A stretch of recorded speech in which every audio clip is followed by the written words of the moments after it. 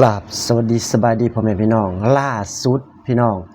ขอท่านเขมรโผล่หัวออกมาแซะทีมงานของพี่ปอนนะกู้ภัยไทยเสนอหน้าไปสร้างคอนเทนต์ว่าอย่างนั้นครับคอนเทนต์บ้านเหรอฮะไอ้บอยนะเขาไปช่วยเขามีน้ำใจ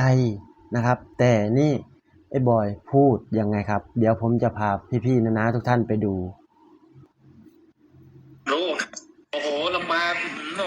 ขนาดแบบเข้าไปในหนังหน้าเห็นแบบเล็กๆถ้ามันรู้มันรู้ไงว่าเข้าไปแล้วมันไม่มีอันตรายแต่ถ้ามันรู้ว่าเข้าไปแล้วมีอันตรายมันจะเข้าไปทำไมนะไม่มีใครเอาชีวิตตัวเองไปเสี่ยงอย่างนั้นหรอก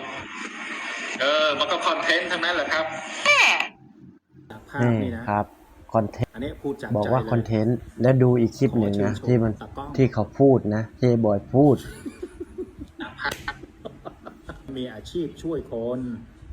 นะอย่างพวกมันทำอยู่ทุกวันนี้ไงพูดจากใจเลยมันก็มีทีมมีขอชื่นชมตากล้องมีอะไรทุกอย่างอ่ะคือมันต่างอะไรจากไทยนังแต่ว่าไอการที่มันช่วยคนไปช่วยคนก็คือคนที่มันช่วยก็ได้ประโยชน์ตัวมันเองก็มีทีมมีตัวเหี้ยแห่งปีตากล้องมีอะไรทุกอย่างอ่ะคือมันต่างอะไรจากไทยนังแต่ว่าไอการที่มันไปช่วยคนก็คือคนที่มันช่วยก็ได้ประโยชน์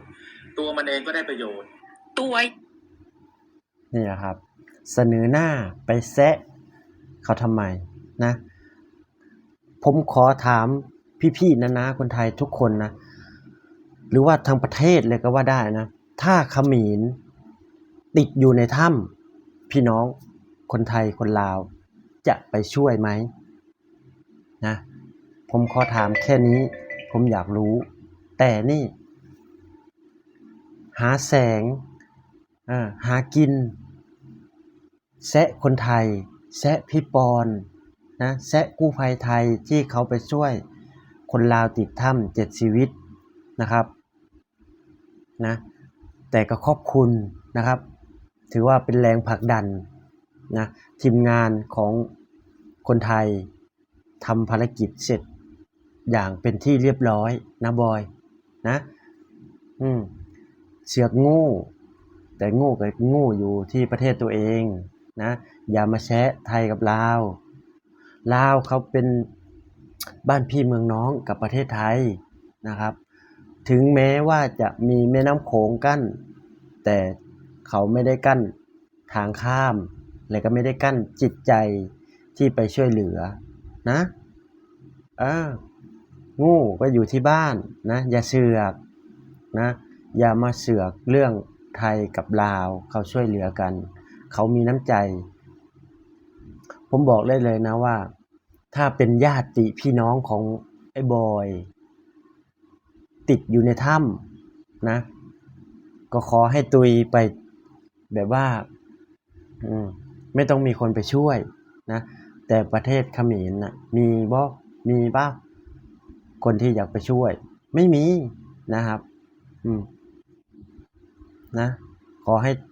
ถ้าเขมรติดถ้ำอยู่แบบนี้ไม่มีใครเสนอหน้าไปช่วยหรอกครับนะขอให้ติดอยู่ในถ้ำนะให้ตุยอยู่ในถ้ำนั่นแหละเป็นผีเผาถ้ำอยู่ตรงนั้นนะอันนี้ขอพูดนะแบบว่าไม่ชอบว่าคนไทยนี่เลียยืดยกยอแต่คนไทยคนลาวทำไมไม่ยกยอนักกู้ชีพนักกู้ภัยคนไทยคนลาวนะเขาก็ยกยอนะเขาก็ชื่นชมนะแต่คนไทยเขาทำด้วยใจนะทุกคนออกมาเชื่อไหมว่าทางประเทศลาวออกมานบมือไหว้ขอความช่วยเหลือนะขอความเห็นใจแล้วก็ขอส่งกำลังใจให้ทีมงานกู้ภัยทุกคนนะบอยนะและภารกิจของเขาก็เสร็จสิ้นไปด้วยดีนะคือความพยายามของเขาเนี่ยบอกได้เลยว่าคนไทยเนี่ยเก่งไม่ได้ดีแต่พัฒนานะเก่งทั้งด้าน การฝึกฝนเก่งทั้งด้านช่วยชีวิตคนนะเก่งไปหมดทุกด้านนะแต่เขมรนี่ใช่ตรนจอกขอทานเสือกเสนอหน้าสะเข้ามาทำไมมาแซะแซงทำไมนะเขมรก็อยู่ส่วนเขมรอันนี้พี่น้องไทยลาวเขาช่วยกันนะคลิปนี้ก็ฝ